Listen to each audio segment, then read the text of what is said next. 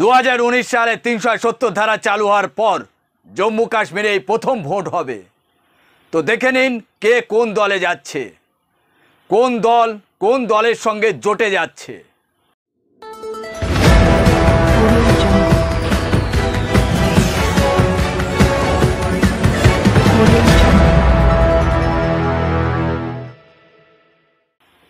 সবাইকে শুভেচ্ছা ও ভালোবাসা জানিয়ে আমি আফতাব হালদার আজ শুরু করছি দেশের খবর।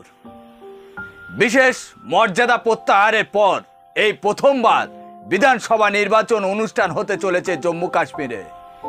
এই বিধানসভা ভোটে আসন সমঝোতা করে ফেলল কংগ্রেস ও ন্যাশনাল কনফারেন্স পার্টি।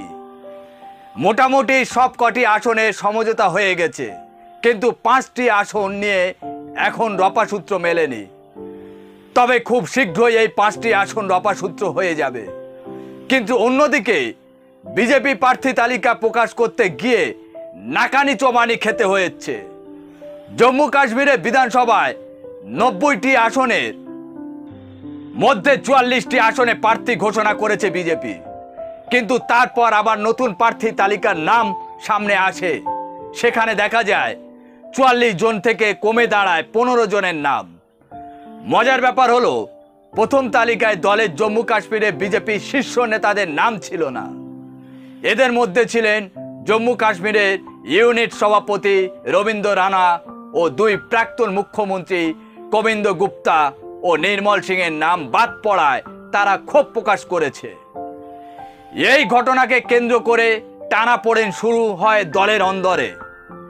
বিজেপি দলের নবীন ও প্রবীণের দ্বন্দ্বের জেরেই শেষ পর্যন্ত প্রথম প্রার্থী তালিকা প্রত্যাহারে বাধ্য হয় বিজেপি।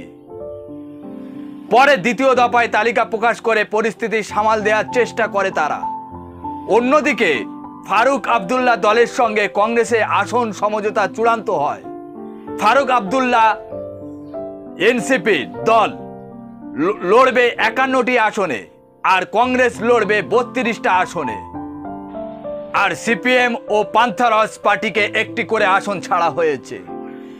বাকি 5টি আসনে কংগ্রেস ও ন্যাশনাল কনফারেন্সের মধ্যে বন্ধুত্বপূর্ণ লড়াই হবে বলে জানা গেছে।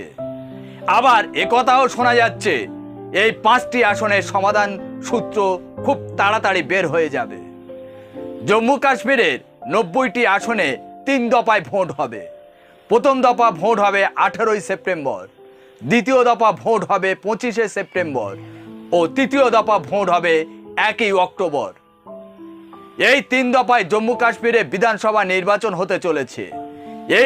এই বিধানসভা ভোটের ফল প্রকাশ হবে আগামী 4ই অক্টোবর।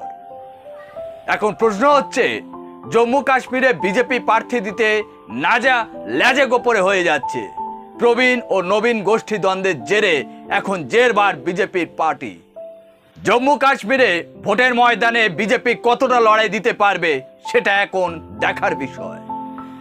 আমরা কাশ্মীরের নির্বাচনের দিকে লক্ষ্য রাখছি, আর আপনারা লক্ষ্য রাখুন আমাদের বেঙ্গল নিউজ চ্যানেলের দিকে প্রতিদিন সকাল 8:30টায়।